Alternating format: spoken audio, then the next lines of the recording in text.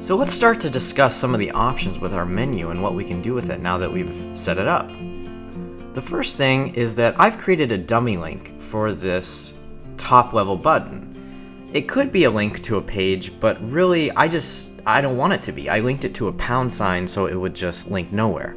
But the problem is that when I click it, it's still a link, right? And I don't want that to happen. I want nothing to happen when the user clicks it, but I still want it to be an anchor that can be hovered on and trigger this mega menu dropdown.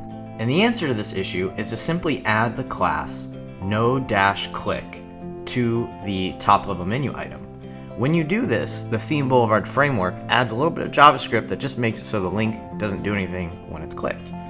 First thing, under your screen options, make sure you have the CSS classes field turned on.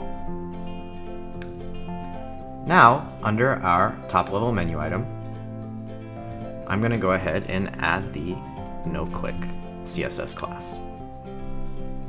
Save the menu, and let's see what we've got. And now, when we click this, nothing happens.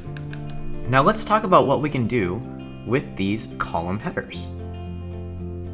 The first option is fairly simple. You can simply just hide them.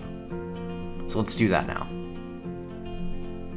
Under our top level button, you'll notice this checkbox here that says hide mega menu column headers for the second level. Go ahead and check that, save the menu. And now when we refresh, those column headers are simply gone. Okay, so now let's step back and look at some other options of how we can actually utilize these column headers.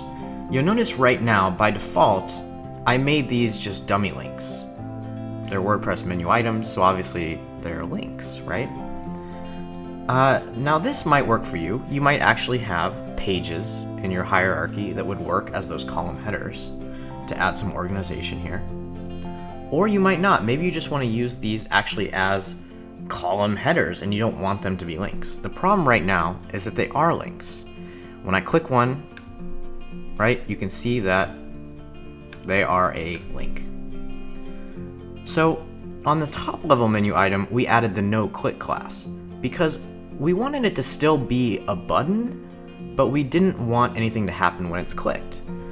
But for these column headers, it's a little bit different. We don't want them to be a link or a button at all. We just want it to be a title there above the column of other links. And so of course we've got a trick for that too. For each of these column headers, we're going to expand them and we're going to click the checkbox that says remove link functionality.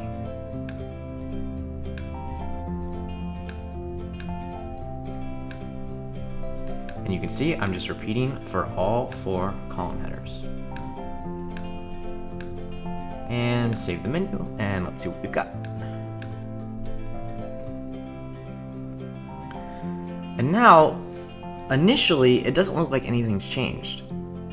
But when we hover over these column headers, you can see that they are not links anymore. They're simply just text. And here's the last trick for you. Let's say that we want to hide one of the column headers.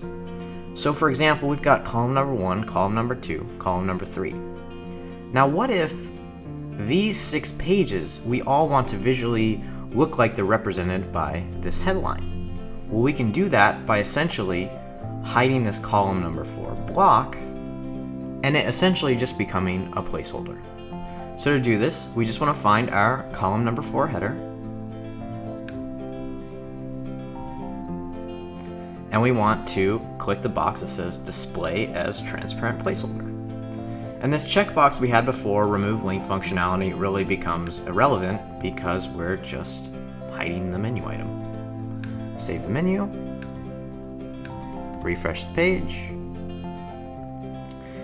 and now we can see that we've got column number 3 header here and just an empty block placeholder where the column number 4 header was. And if you step back and look, what this does visually is it makes it appear that these 6 pages all fall underneath the column number 3 header. Just a cool little trick for you. Alright, that's all I've got on mega menus. Enjoy.